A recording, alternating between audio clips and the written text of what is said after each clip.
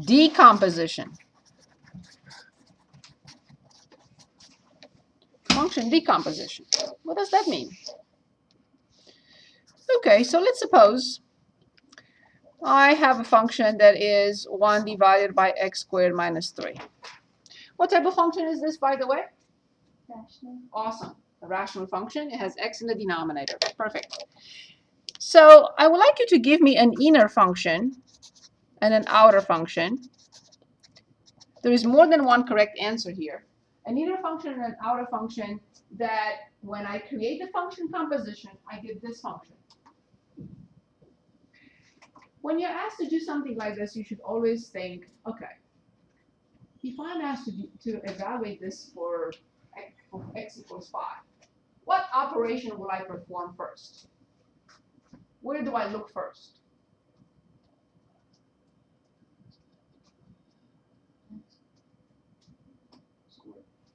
Yeah, if you want x squared minus 3, right? So this is what I have to evaluate first. So this is my inner function.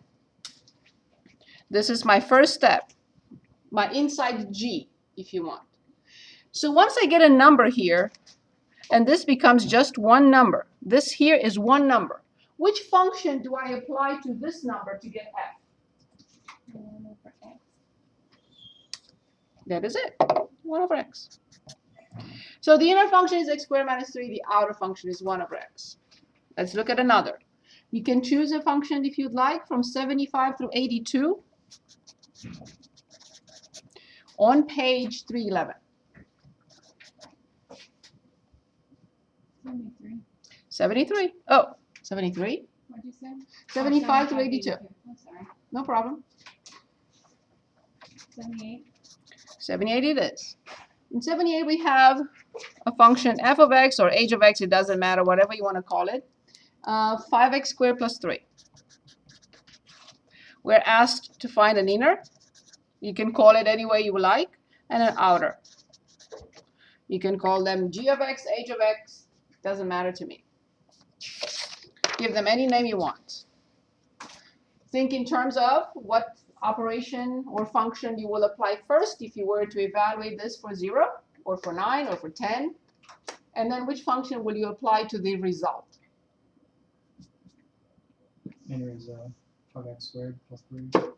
That's the starting point for sure. And I then cannot do anything else, but first 5x squared plus 3. And the outer, the square root of x. when I'm done with 5x squared plus 3, I have to apply the square root of x to that number. That's it. Did we get the idea of function decomposition? Everything is a function composition. You name any function, it's a function composition.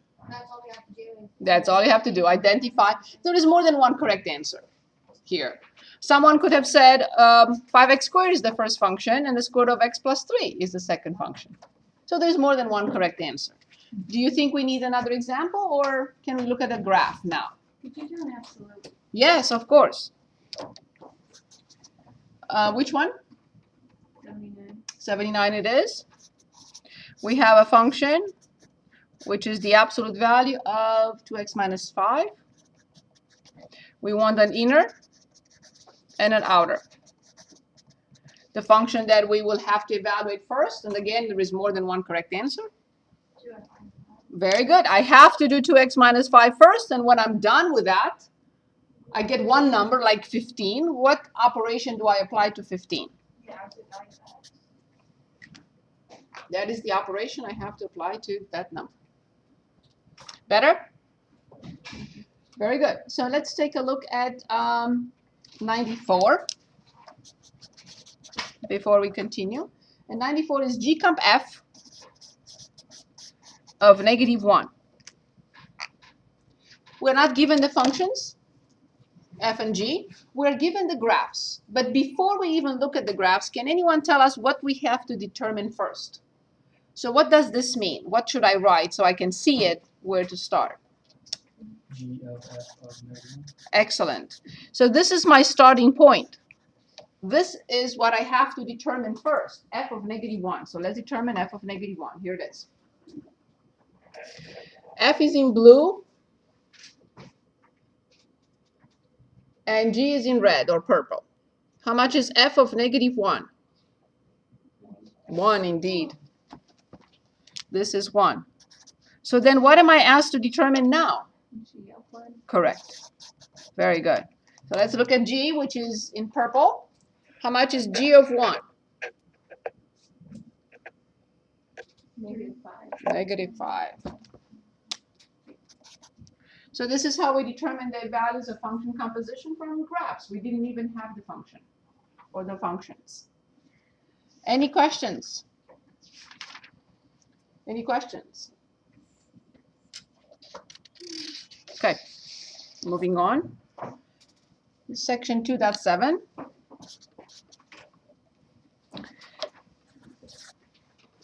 Inverse functions.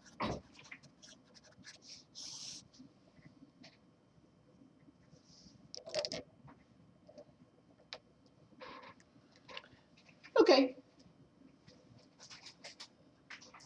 Let's say you have an unknown amount of money in your pocket. Let's call it X. You have X number of dollars in your wallet. And I'm giving you $10. So the operation is I'm adding $10 to your X.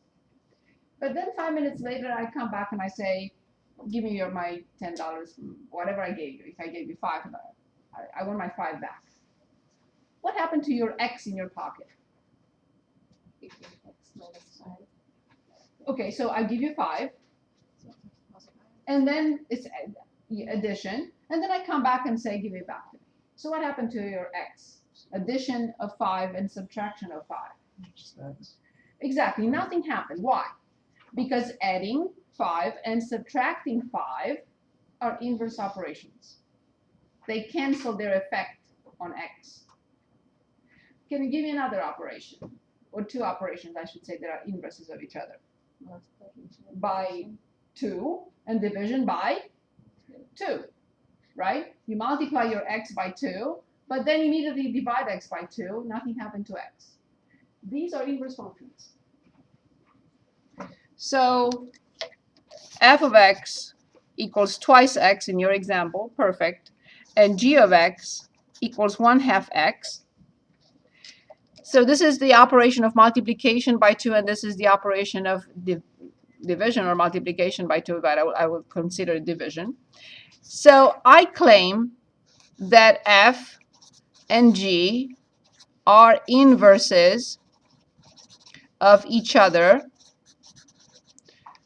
because f cum g and g cum f will equal what? Nobody destroys what you have, though. Exactly X, right? Nobody changes what you have. I'm only applying 2 operations that cancel their effect. One cancels the effect of the other. This is what it's called the property of inverse functions. If I show that the function composition both ways is plain X, not X squared or X over 2 or 3X, plain X, then I conclude that these 2 functions are inverses of each other. So let's practice this for a moment. On page 321,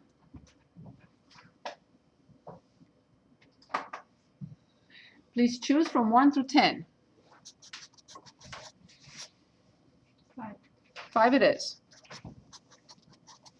In problem 5, we're given f of x equals 5x minus 9, and g of x, x plus 5 divided by 9. I think I'm correct. Yes. Very good. We're asked, are these 2 functions inverses of each other? I see the cell phones. I see them, no matter what you do. And I should write down every time I see you playing with your cell phone, because at the end of the day, I'll say, or at the end of the semester, I hope that that's never going to be the case. I say it because I care. Okay, so f cum g needs to be determined. and G comp F needs to be determined. And then, what do I conclude? If both are what? Equal to X, then what do I conclude about F and G? They are inverses of each other. In other words, my positive 10 and my negative 10, correct? Now, if I show that this one is not X, do I have to determine the other one? It will be a waste of time. But if this one is X, I have to show that the other one is X. If this one is X, will the other one be X? Of course, but I still have to show it.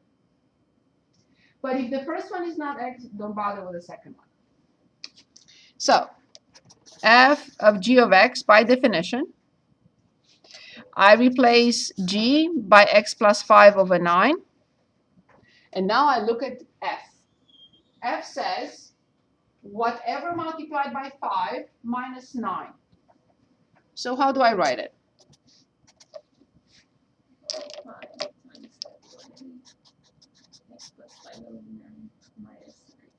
Very good, thank you. Obviously, this will never be x, right? Because if I distribute and find the least common denominator, I will have 5x plus 25 minus 81. I don't need to make any more calculations.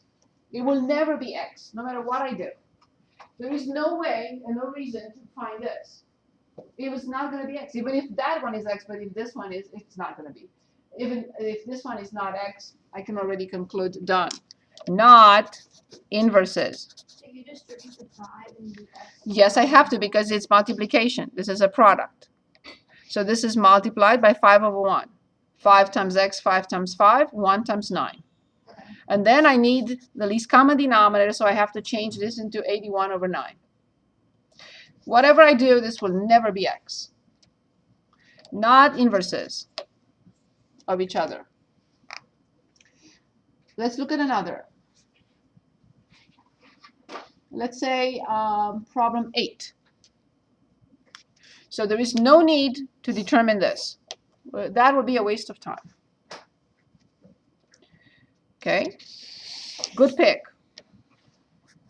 So let's also look at problem 8, same page. We have f of x equals 2 divided by x minus 5, and g of x equals 2 over x plus 5. Same question. Are these two inverses of each other? I don't know. So what I'm going to do, I'm going to find f comma g. And if this is x, then I will determine g comma f. If this is an x, then I'm done. I'll say not inverses. I have to write the definition, which is f of g of x.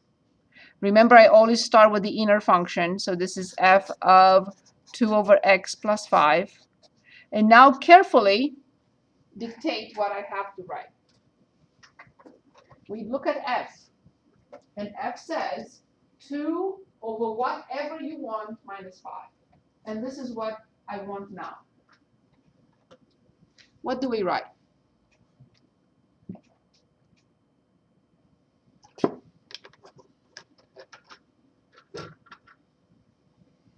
I have to copy the 2. I have to copy the fraction line. And then what do I write?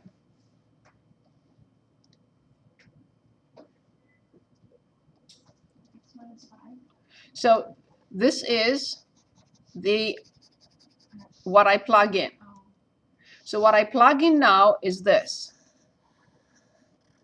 So this has to go in place of x.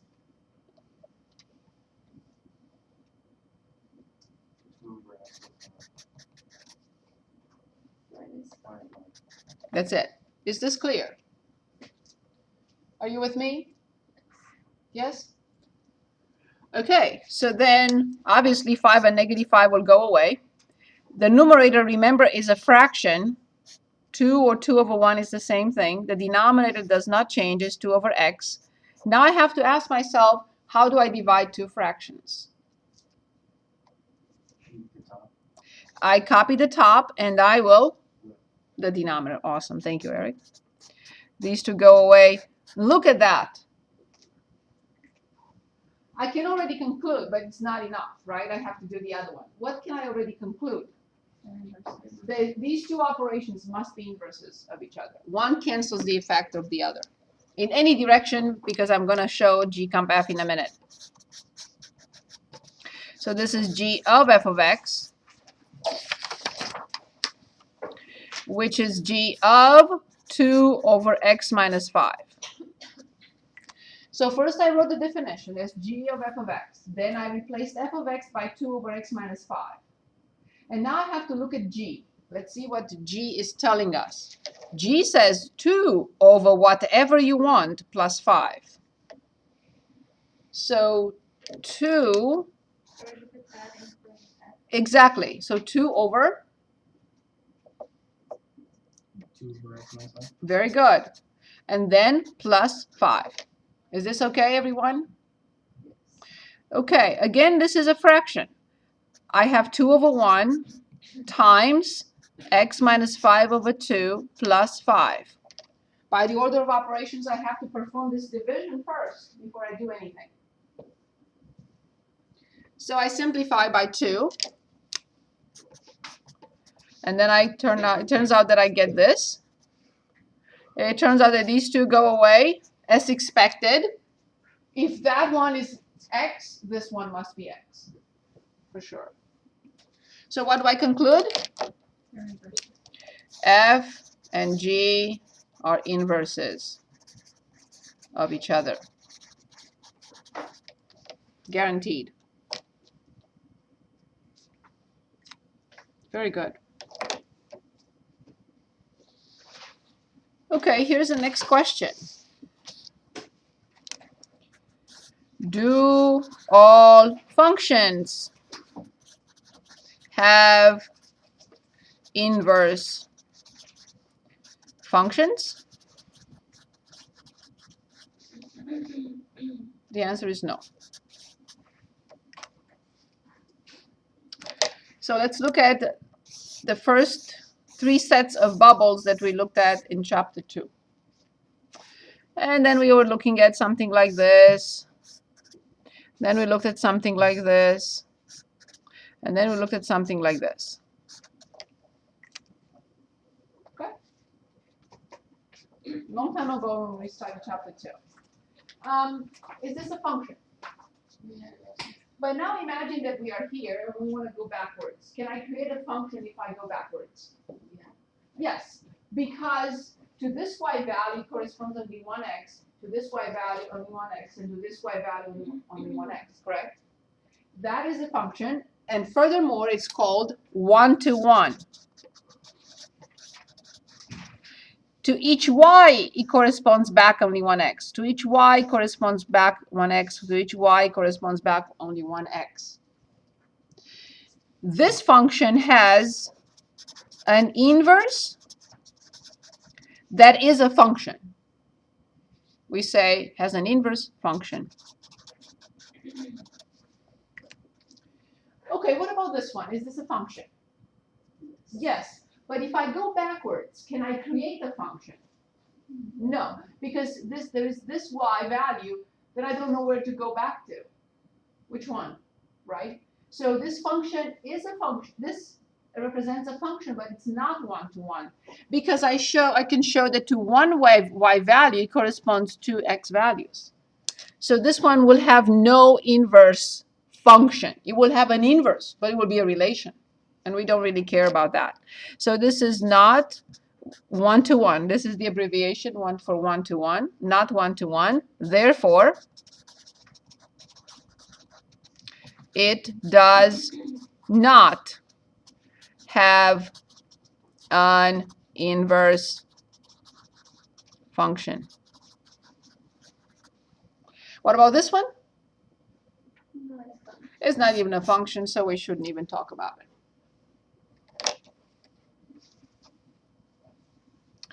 Okay, we're going to look at 3 graphs, and you're going to tell me which graphs there are.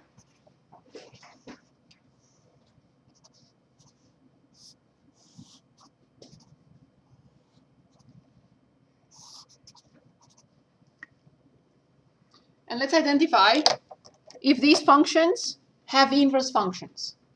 In other words, we really want to identify whether they are what? Whether they are? Perfect. So let's write a note first before we do that. Only one-to-one functions have what? Inverse. Inverses that are functions. Inverse functions. Only one-to-one functions have inverse functions. Okay, is this function known? Yes. What type? Linear. Is it one-to-one by the horizontal line test? For each y value do I read only one x? Yes. So this is the linear. Is one-to-one. What function is this? Right. We know that now. So it's in our dreams. Is it one-to-one? By the horizontal line test, I found one y value that corresponds to two x values. So for this y value, I have two x values, not one-to-one. And this function is? Very good. Is this function one-to-one? Yes, by the horizontal line test. So we use the horizontal line test. Not to be confused with the vertical line test that identifies the function. The horizontal line test identifies whether the function is one-to-one. Okay, so please pick a linear function because I would like to show you how to determine the inverse. So that's our next step. Find the inverse function for f of x, and please give me a linear function. And the other thing I was going to say, the notation for inverse, the notation for the inverse function is f raised to -1 of x. Of course, this is not the way we read it. We say f inverse. It does not mean 1 over f. So not to be confused with something like this. It does not mean that. This is just a notation. Do not confuse it with 1 over f of x. It's not that. So please give me a linear function so we can find its inverse. What about 2x minus 6? Is that okay? Is this a linear function? Is it one-to-one? Yes, we know that the linear function is one-to-one. So there is a four-step procedure for finding f inverse of function x. Here's the first step.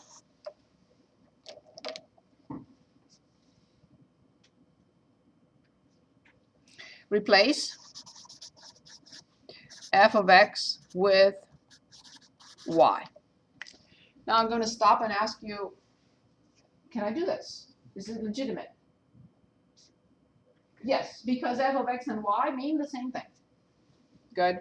So we write y equals 2x minus 6. In step 2, we interchange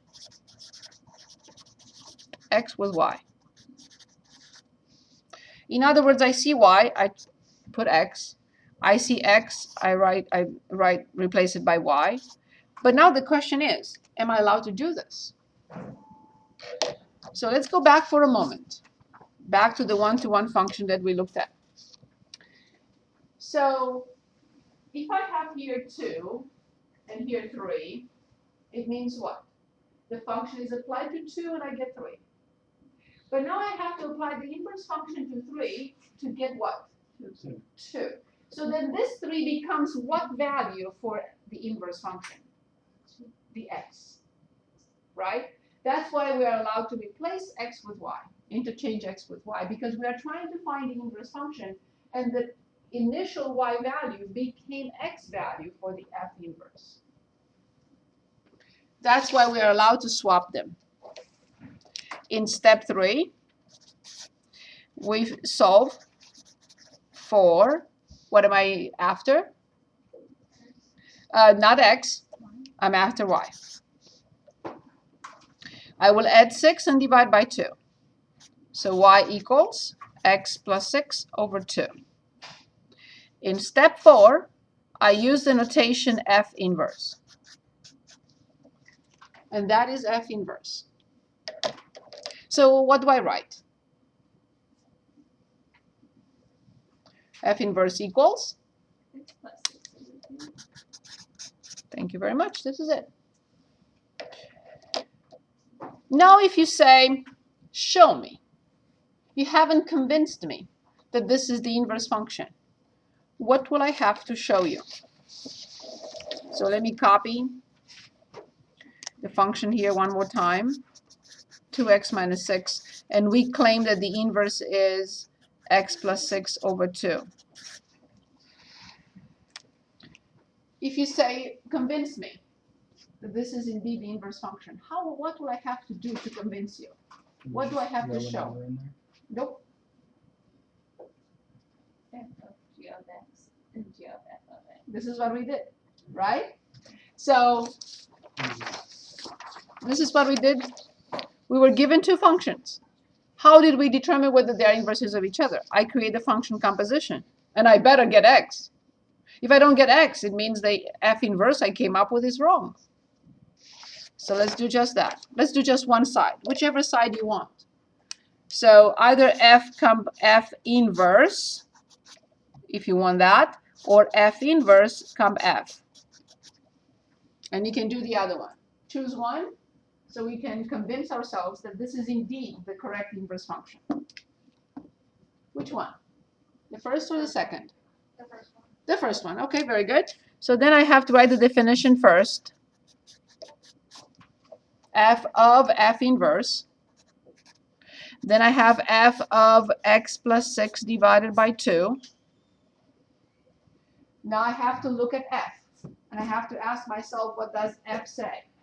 What should I do to this? F says, Multiply 2 and subtract 6. very good, x plus 6 over 2 and subtract 6.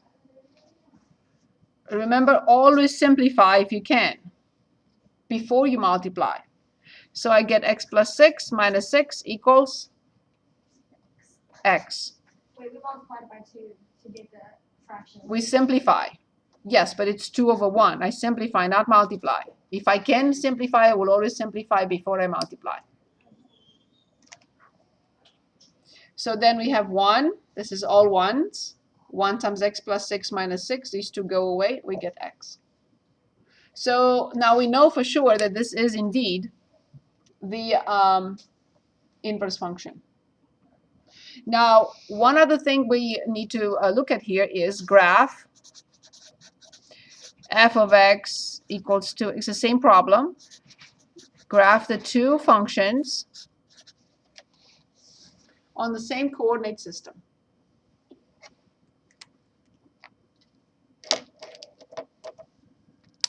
So graph these two on the same coordinate system. Okay, so this is a linear function. I need 2 points. When x is 0, how much is y? Perfect. And I saw that in a couple of your work on the test, you did not write the point immediately, and you connected this point with this point, and of course that was incorrect. So the point is? 0, -6. Perfect. So now I have to set y equal to 0. I bring 6, so I have 6 equals 2x. How much is x? Very good. And the ordered pair is? 3, 0. Very good, thank you, Eric. So some of you wrote 3, -6. And of course, it didn't work and you couldn't graph. So the first point is 0, -6, and the other point is 3, 0. So be careful with that. So let's graph. I have exactly what I need. 2 ordered pairs are sufficient to graph a linear function. So 0, -6, 1, 2, 3, 4, 5, 6. And 3, 0, 1, 2, 3. This is the graph of f of x which is 2x minus 6. Okay? Now, without any calculations, without even knowing the inverse function, I would like you to give me two ordered pairs that I can plot to graph the inverse. Remember the idea of the inverse. If the function is defined, it takes 0 to negative 6, what will the inverse function do? So that's our first point, negative 6, 0. Symmetric, 1, 2, 3, 4, 5, 6. The other point is the function takes 3 to 0. What will the inverse do? 0 to 3. Before I graph this function, I want to make a point. Can anyone remind us what this is? What am I graphing now? Yes, it's the first function. The first function we graphed in transformations. The graphs of, and I'm going to put that in writing in a second, the graphs of f and f inverse must be symmetric with respect to this line. So now I'm ready to graph. If the function crosses y equals x at 10, 10, please reverse 10, 10 for me. 10, 10. So if the graph of the function crosses y equals x somewhere, so will, at the same point, graph the inverse. Cross the inverse. And of course, as you see, my graph is not perfect. I'm going to have to move that point a little bit. So this is the graph of f inverse, which is x plus 6 divided by 2. So note, the graphs of f and f inverse are always, we're not talking about odd or even, are always symmetric with each other, symmetric with respect to what? Very good. The line y equals x. Always. Always. I know it's 45. If you need to leave, I will continue for 6 more minutes. So the graphs of f and f inverse will always be symmetric with respect to this line. Always. And you see my graph is not perfect, but you can see pretty much that this green line overlaps with the other darker green line. Any questions? Any questions for me? Any questions? I would like to look at an application, or maybe two. Problems 67 and 68. Both on page 323, and then we'll stop. Okay. Because we want to understand why this inverse function is so important. So let's take a look. Here's the graph. On the x-axis, we have number of people. On the y-axis, we have probability that 2 people share the same birthday, month and day. So if we have 20 people in a room, most probably 40% chances are that 2 of those people share the same day and month, birthday. If we have 30 people, then the chances are higher, much higher, 70% that 2 of us, if you want, share the same birthday. If we have 60 people, it's almost guaranteed that 2 of those will share the same day and month as their birthday. Now the question is asking us, first of all, is this function 1-to-1? By the horizontal line test is 1-to-1. Will it have an inverse? Awesome. So now I can answer this question. Describe in practical terms the meaning of f inverse of 0.25. I look at 0.25. I draw a horizontal line. It crosses the graph and I read the x value. What is that? 15. So if we want roughly 25% guarantee, it's no guarantee, but 25% probability that two of us share the same birthday, how many people should we have in the room? 15. Awesome. Yes. F inverse of 0.5. If we want the probability to be 0.5, how many should we have in the room? Roughly 22, 23. And last one here, F inverse of 0.7. 0.7. How many people should we have in the room? 30. So that's the application, one application of the inverse function. And here's another one here, the 68. Does the graph have an inverse? No. No, because by the horizontal line test, the function is not one-to-one. Very good.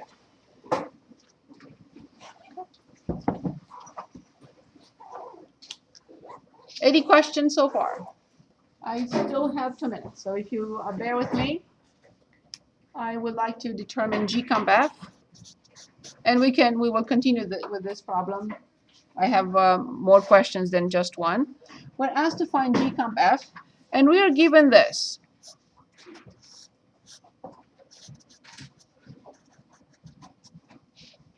We are given -1, 1. We are given 0, 4. We are given 1, 5. And we are given 2, -1. And we're given -1, 0. We're given 1, 1, 4, 2, and 10, -1. So we are not given the functions, we are not given their graphs, but we're given these two tables. Can we determine G-comp F? First, I have to write what it means. Is G of F of 0. Where is my starting point?